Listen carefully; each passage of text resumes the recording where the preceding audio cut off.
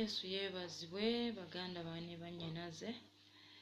Twebaza Katonda n'ataatuwadde omukisa guno okubanga tukyali balamu era atuwadde omuka gwe tussa olwaleero. Leero nzize kwogerako naawe mu lugendo luno olw'obulokozi lwe tulimu. Obulokozi oba olugendo lw'obulokozi lulimu ebintu bingi naye lutwetaagisa okubeera abagumiikiriza. Ebintu bingi by'osanga mu bulokole, by'osanga mu lugendo luno lw'obulokozi oba oliawo nga tewabisangako nga tonaba na kulokoka. Tulina engendo bbiri ze tutambula. Tulina olugendo lw'obulamu ne tubeera n'olugendo lw'obulokozi. Olugendo lw'obulamu luwanvu naye ate olugendo lw'obulokozi luwanvu nnyo. Olutambula n'owulira nga owulira okwoye naye ng'ate okyayinza era kwegamba nga okyetaagisa okulutambula. Mulimu ebintu bingi bye tusanga. Mulimu okusoomoozebwa, mulimu okuyigganyizibwa kungi, mulimu okuvumibwa, mulimu okunyoomebwa, mulimu okuwandulibwa amalusu. Naye Yesu agamba mu kitabo kya Yokaana agamba nti ng'agamba bano abatume be yaleka n'abagamba nti balibawaayo eri Abafalisaayo, balibayigganya. N'agamba n'abamu ku mmwe balibassa naye aligumiikiriza okutuuka enkomerero yalirokoka. Kitegeeza nti twalokoka nga tuyingira mu bulokozi era tulokoka olw'ebyo bye tusanga ate ne tulokoka ne ku nkomerero ng'olugendo lwaffe olw'obulokozi tulumaliriza. So mu bulokozi buno mulimu ebintu bingi naye nga bitwetaagisa okuba nga tugumiikiriza. Y'ensonga lwaki Yesu yagamba nti ayagala okujja ennyuma wange yeefiirize yekka, yeetikka omusaalaba gwe angoberere.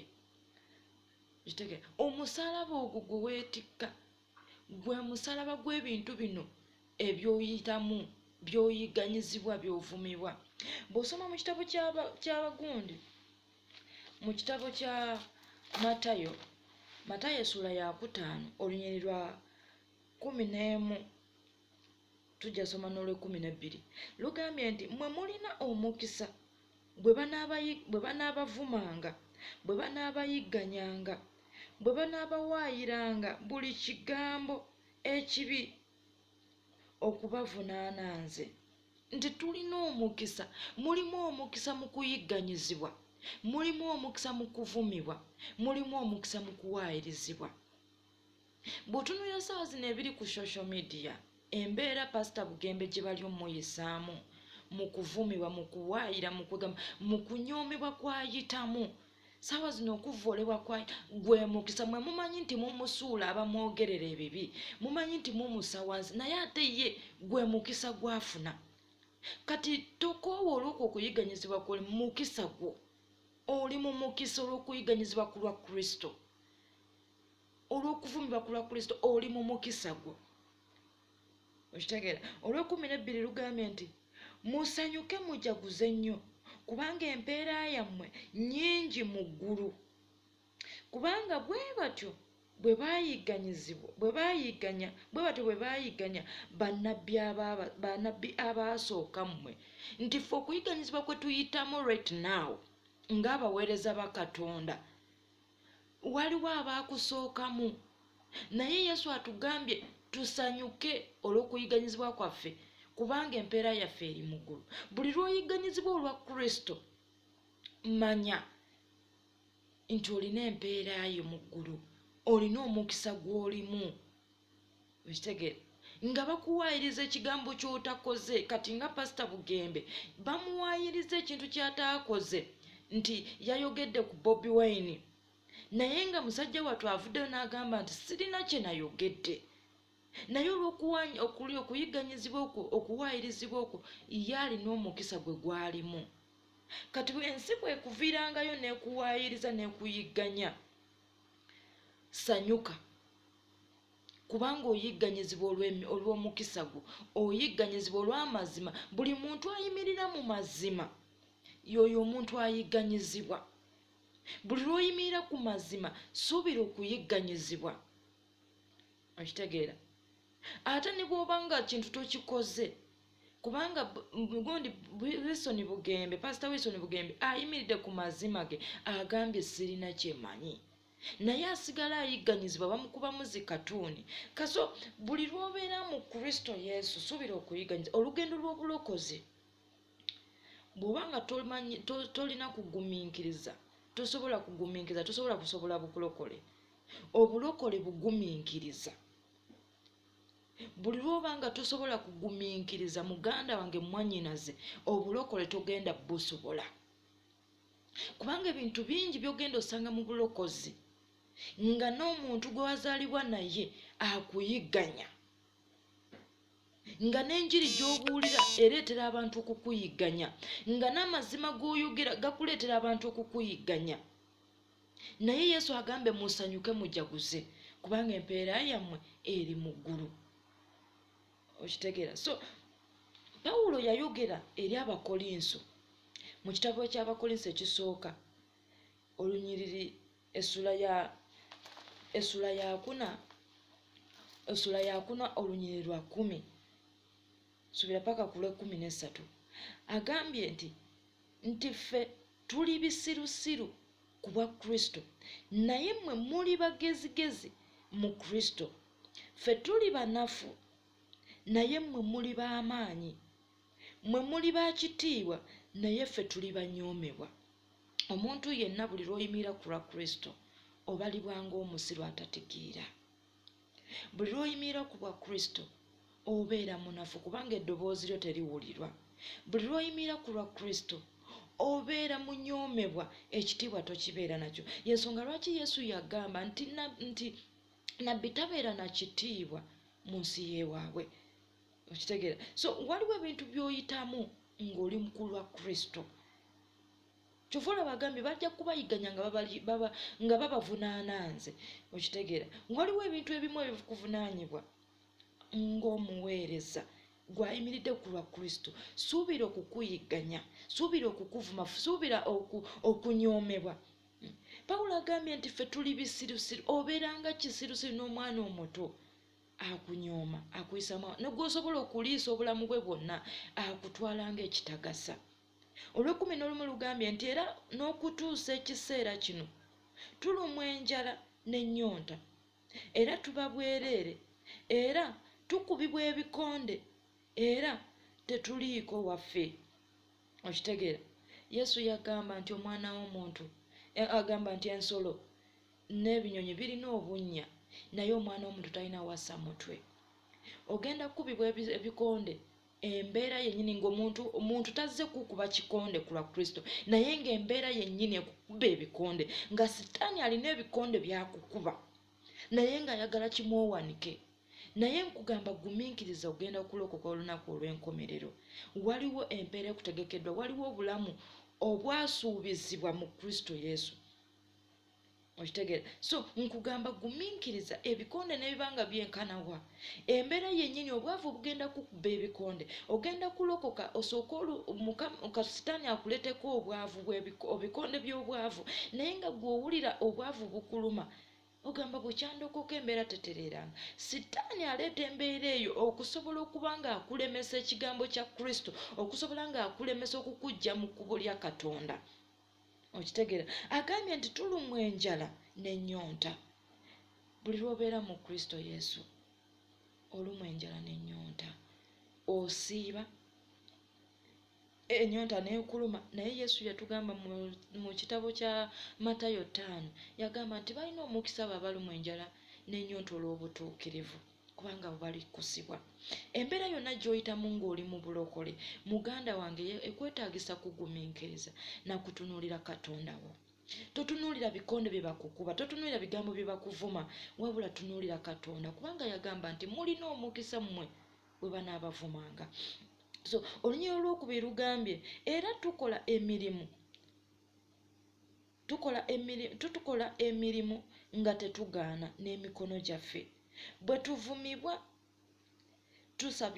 tubasabira omukisa, bwe tuyigganyizibwa tugumiikiriza.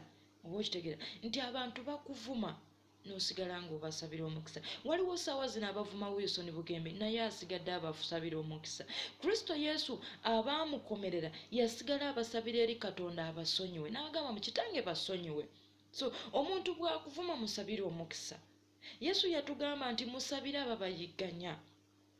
So olulimi lwo luleme kulwana kibi lwa kibi.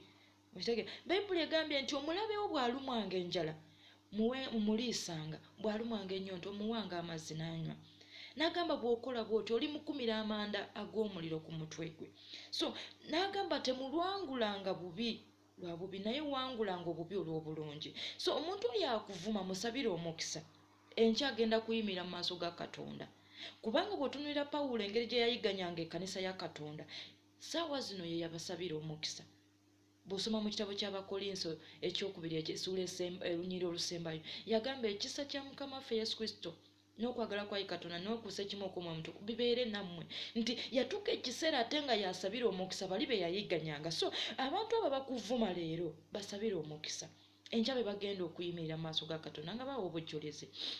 So agambye nti tuvumibwa naye tusigala tubasabira omukisa. Okitegeera? So olita kuvuma naawe n'ovuma musabire omukisa. Ogambe Mukama musasule ng'ebikolwa byo bwe biri. Okitegeera? So ssaawa zino olw'13 lugambye bwe tuwaayirizibwa twegayirira. Twafuuka ng'ebisasiro eby'ensi, empitambi za byonna okutuuka kaakano. Bwe tuwaayirizibwa twegayirira. Waliwo ekintu kye bakuwaayiriza ne weegayirira. Ssaawa zino Pastor Wilson Bugembe ali mu kwegayirira olw'ekintu kye bamuwaayiriza, ali mu kwegayirira olw'ekintu kye bamutaddeko, naye ali mu kwegayirira agamba bannange munsonyiwe, sibimanyi saabyogeddeko. So ebiseera bingi mu lugendo luno olw'obulokozi owaayirizibwa n'ekintu ky'otamanyi naye gwe kennyini n'osigala nga weegayirira. Omuntu asobola okukola obubi gwe kennyini n'osigala nga weegayirira ng'omugamba nsonyiwa naye nga mu mazima ye yakukoza obubi. So olugendo luno olw'obulokozi lulimu ebintu bingi naye kitwetaagisa okugumiikiriza. Omuweereza wenna Mukama gw'asitudde suubira okuyigganyizibwa ku lwa Kristo, suubira okuyigganyizibwa olw'enjiri, suubira okuyigganyizibwa olw'ekigambo ky'ogenda okwogera. Ogenda kubuulira enjiri naye omuntu agenda gitaaninga mu bubi. Ogenda kwogera ekigambo naye omuntu agenda kukifuula ekintu agenda kijjamu ekigambo ekibi. Obeere ng'owaayiriziddwa, ovumibwe, ovoolebwe. Ssaawa zino Bugembe bamufudde ng'embizzi, bamutaddemu ebifaananyi by'embizzi, amatu g'embizzi, naye asigadde ayimiridde ng'abasabira omukisa. So muntu gwe, muweereza gwe, ogenda kufuuka ekisasiro ng'oli mu Kristo Yesu. Ng'oyimidde ku lwa Kristo Yesu ogenda kufuuka ekisasiro, ogenda kufuuka omuntu omusirusiru, ogenda kufuuka omuntu anyoomebwa, naye Yesu akugamba nti agumiikirize okutuusa enkomerero yalirokoka. So mugumiikirize mu buli kimu kyonna kubanga obulokozi Sitaani ne bwakulaba ng'olina omukisa Mukama gwakuwadde olina okuganja ekyo. Okuganja okwo kugenda kuleetera okukuyigganyizibwa. Ne bw'oba toli muweereza, toli mubuulizi wa njiri, naye olw'ekyo Katonda kyakuwadde kigenda kuleetera Sitaani okuyigganya. Mukama agenda kuwa obufumbo naye Sitaani agenda kuyigganya olw'obufumbo obwo. Mukama agenda kuwa ezzadde, Sitaani agenda kuyigganya olw'ezzadde eryo. Mukama agenda kuwa omulimu naye Sitaani agenda kuyigganya olw'omulimu ogwo. Tugenda kumaliriza, Mukama ampe ekisa. Tugenda kumaliriza. Waliwo Pawulo bwe yawulira ng'akooye, nga mu butuufu awulira ayagala kuva mu kigambo eky'okubuulira enjiri, naye Mukama yamugamba nti ekisa kyange kikumalenga. Okitegeera? Yamugamba ekisa kyange kikumalenga ng'awulira Sitaani amuyigganya. Neyeegayirira Katonda amuggyako ekigambo ky'okubanga abuulira enjiri, naye Mukama yamuvayo n'amugamba Pawulo, ekisa kyange kikumale. Waliwo ebintu ebimu nga bikuyigganya naye nga weetaaga kisa kya Katonda. Nga weetaaga kisa kya Katonda kye kiba kikuwanirira muganda wange. Okitegeera? Ng'ekisa kya Katonda kye kiba kikuwanirira. Nga weetaaga obeere ng'oyimirira ne Katonda wo, nga tova mu ekyo Katonda kyakuwadde olw'embeera. Naye Pawulo bwe yagamba nti yakubibwa omubaka wa sitaani yamukubanga Pawulo nga tayagala Pawulo abeere ng'agulumizibwa ku lw'enjiri gy'abuulira. Okitegeera, naye sitaani n'abeera nga amuyigganya amukuba ebikonde buli bugundi buli ludda lwonna. Naye bwe yatuuka ekiseera n'asaba Katonda n'amugamba, Mukama nkwegayiridde nzigyako ekigambo kino. Okitegeera, Katonda teyakimuggyako, yamugamba bugambi ekisa kyange kikumale. Waliwo ebiseera ebituuka ng'embeera yennyini weetaaga kusaba kisa, ng'ekisa kya Katonda kye kirina okuwanirira. Omukono gwa Katonda gwe gulina okuwanirira, ng'owulira obulokole okooyi obuweereza bukumenya, ekyaki ekumenya, nga sitaani akutaddeko akazita ako okusobola okuba ng'ova mu kubuulira enjiri. Naye Mukama akugambye ekisa kye kikumalenga, kubanga amaanyi ga Katonda gatuukirira nnyo mu bunafu bwaffe. Nti gwe buli lw'owulira obunafu, Katonda alina kyazimba mu ggwe. Buli lw'owulira ng'obulokozi bukumenye, Katonda alina kyazimba mu ggwe. Ye olunyiriri luliwa? Katonda aba alina kyazimba mu ggwe, akugamba ekisa kyange kikumalenga. Waliwo ekiseera ky'oyagala weetaaga kukoola kisa kya Katonda, omugambe Mukama mpisaawo wano. Mulekeraawo okutunuulira embeera, wabula musabe Katonda abeere ng'abayisa mu mbeera eyo, ekisa kya Katonda kibeere nga kituwanirira. Okitegeera, kibeere nga kituwanirira, kubanga waliwo akaseera ekatuuka nga mu butuufu tolina ky'oyinza kwogera. Kiri mu Bakolinso ekyokubiri essula ya 12 olunyiriri lwa 9 lugambye nti, tutandike ku lw'omunaana, agambye nti olw'ekigambo ekyo neegayirira Mukama waffe emirundi 3 kinveeko. Osobola okutandikira ku lw'omusanvu. Naye Mukama bw'ati bwe yamugamba nti, naŋŋamba nti ekisa kyange kikumale, kubanga amaanyi gange gatuukirira nnyo mu bunafu. Okitegeera, kyenava neenyumiriza n'essanyu eringi olw'ebyobunafu bwange, amaanyi ga Kristo galyoke gatuukirire, galyoke gasiisire ku nze. Okitegeera, waliwo embeera nga mu butuufu owulira Mukama oyagala mugamba, Mukama nzigyako obulokozi buno, kwegamba Mukama nzigyako obuweereza buno, mpulira mbukooyo obuweereza bummenya, nzigyako obuweereza buno. Ng'owulira oyagala na kuva ku mulimu nga mu butuufu owulira gukumenya, ng'obufumbo owulira bukumenya, naye Mukama akugamba ekisa kye kikumalenga. Mu bunafu bw'owulira saaza kaakano ng'owulira okooye, Katonda ataalina kyakola mu ggwe. So omuweereza wenna nkuzaamu amaanyi, ate nkugamba nti oli wa mukisa nnyo, kubanga oyiganyizibwa ku lwa Kristo. Oli wa mukisa nnyo nti toyiganyizibwa lwa kibi, naye wabula oyiganyizibwa olw'obulungi. Empeera ye eri mu ggulu, wabula weetaaga kimu kugumiikiriza era okoowole n'ekisa kya Katonda. Ffenna ekisa kye kituyisaawo, ffenna oba oli mulokole oba toli mulokole, ekisa kya Katonda kye weetaaga. Waliwo embeera nga ssente zo tezigenda kukulokola, mikwano gye tegigenda kukulokola. Okitegeera, nga n'omwami otagenda wabula kisa kya Katonda nga kye kigenda okukulokola okukuyisa mu mbeera eyo. So mbagamba muddeemu amaanyi, Katonda mwesigwa, ali wamu naawe. Eyakuwonya mu lubereberye yakuwonya kaakano, ne ku nkomerero yagenda okuwonya. Mukama abampeera omukisa, mubeere banywevu, temudduka bulokole. Obulokole bulungi, mulimu okusuubira, mulimu obulamu obutaggwaawo, mulimu obukuumi omwana w'omuntu bw'atasobola kulaba, mulimu okubeerwa